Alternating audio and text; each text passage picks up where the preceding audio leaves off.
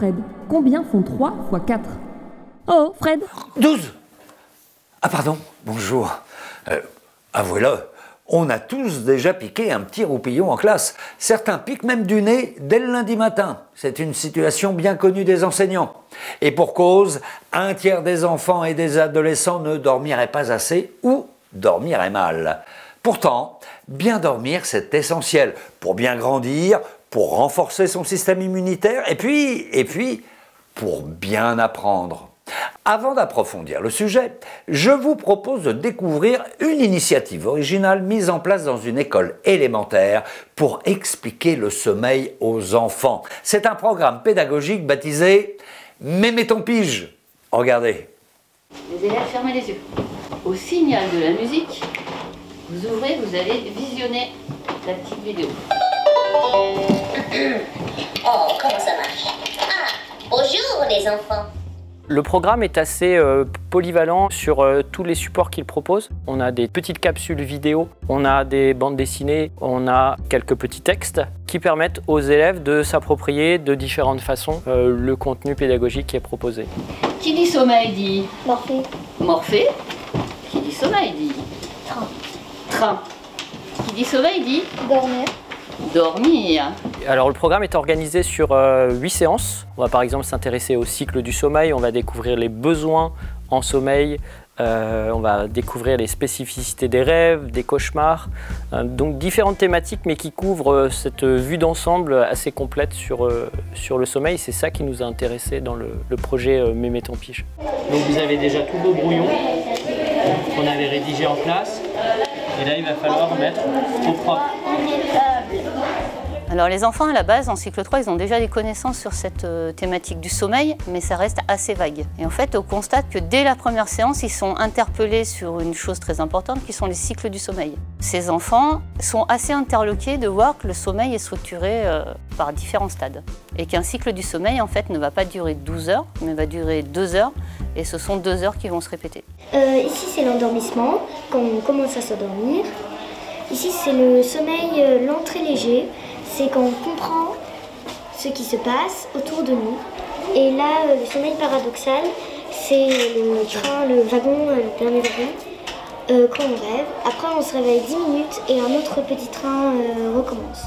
À chaque fois qu'on finit une séance, Mémé ton pige leur fournit un conseil. Ce conseil-là, ils doivent l'appliquer le soir. Et le lendemain matin, en classe, on en reparle. Et certains m'ont dit « Ah oui, mais je sais, c'est vrai que je suis surexcitée le soir, du coup, je n'arrive pas à m'endormir. » Donc maintenant, je ne fais plus les mêmes activités, je bois plus de soda, je regarde plus les écrans. Et en effet, je fais le constat que je m'endors plus facilement. Du coup, toi, Nina, tu as fait ce personnage, moi je fais celui. C'est ça? Ouais. Nilo, par contre, il faudra vraiment que tu donnes le ton, tu vois. Quel que soit le cycle, il faut se lancer dans cette connaissance du sommeil et interpeller les enfants sur cette thématique. Parce que c'est souvent des éléments qui vont nous permettre d'analyser au plus fin, en fait, la difficulté d'attention et de concentration d'un élève dans un groupe classe.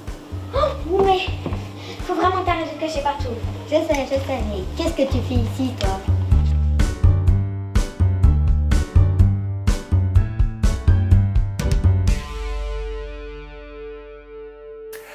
Deux raisons principales expliquent l'importance du sommeil pour bien apprendre. Tout d'abord, le sommeil aide les enfants à rester attentifs et concentrés en classe. En plus, il les aide à mémoriser durablement les connaissances apprises dans la journée. Il faut dire que même pendant le sommeil, notre cerveau reste actif, voire très actif. Nous réactivons pendant notre sommeil ce que nous avons appris dans la journée. Quand on apprend quelque chose, on va avoir comme un chemin qui va se créer au sein de notre cerveau. On appelle ça un réseau de neurones. Plus vous allez entraîner cet apprentissage, plus ce réseau va se consolider. Ce chemin va devenir une route, puis une autoroute qui sera plus facile de prendre. Mais il faut savoir que lorsque l'on dort, notre cerveau continue à travailler, ce qui va permettre de renforcer ce chemin. Et c'est pour cette raison que le matin, notre apprentissage sera plus facilement accessible. Une fois que ces souvenirs sont consolidés grâce au sommeil, ils vont pouvoir être réactivés de manière plus automatique. Par exemple, dans la résolution de problèmes. Si on a consolidé nos tables de multiplication, on va pouvoir plus réfléchir sur la résolution du problème puisque les tables de multiplication arriveront de manière automatique. Le rôle du sommeil pour consolider les apprentissages est d'autant plus important que le cerveau des enfants est encore plastique, c'est-à-dire qu'il est capable de modifier sa structure en fonction des informations qu'il reçoit. En plus, au début de la nuit, les cycles de sommeil des enfants sont dominés par le sommeil profond, aussi appelé sommeil réparateur. Celui-ci joue un rôle essentiel dans le processus de mémorisation. Autrement dit, plus on se couche tôt et plus on a de chances de se remémorer une leçon apprise la veille. A l'inverse, sans une bonne nuit de sommeil, les conséquences se font sentir dès le lendemain matin. On va avoir des difficultés notamment d'attention pendant la journée. Donc chez l'enfant, c'est très important puisque l'attention va lui permettre de capter les informations essentielles, les informations à apprendre. On va avoir également un allongement des temps de réaction, par exemple. On peut aussi avoir des troubles de la mémoire, des difficultés à rechercher la bonne information ou à trouver le bon mot lorsque on s'exprime. On peut également avoir des troubles pour gérer son émotion. Donc quand on est en manque de sommeil, on va avoir plus de difficultés à trouver le bon comportement adapté à l'environnement. Dans l'étude que nous avons menée, nous avons pu montrer qu'après quelques semaines d'éducation au sommeil, les enfants changeaient suffisamment leur comportement pour augmenter de 30 minutes leur temps de sommeil. Donc ça semble peu, 30 minutes, mais c'est suffisant pour augmenter également leurs compétences attentionnelles et leurs compétences cognitives. L'important, c'est de respecter notre rythme biologique et de dormir de manière régulière et suffisante tout au long de la semaine. Alors comment l'école peut-elle s'adapter aux besoins des enfants ? À partir du moment où ces enfants arrivent à l'école à l'âge de 3 ans, on sait que la plupart d'entre eux ont encore ce besoin de repos en début d'après-midi. Le problème, c'est que cette sieste, elle va s'effacer progressivement et parfois à des âges très différents d'un enfant à un autre. Donc il va être difficile d'avoir une règle qui fera que toutes les siestes sont arrêtées, par exemple à l'entrée de la moyenne session. Il faut vraiment avoir une adaptation aux besoins physiologiques des enfants. Pour les adolescents, il y a des études qui ont été faites dans des pays aux États-Unis ou dans les pays nordiques qui montrent que de décaler l'horaire de prise de cours chez les adolescents leur permettait d'allonger leur temps de sommeil et d'être plus adaptés à leur rythme. Et ce changement d'horaire, en plus de leur faire gagner des heures de sommeil, augmentait leur performance scolaire et même leur bien-être.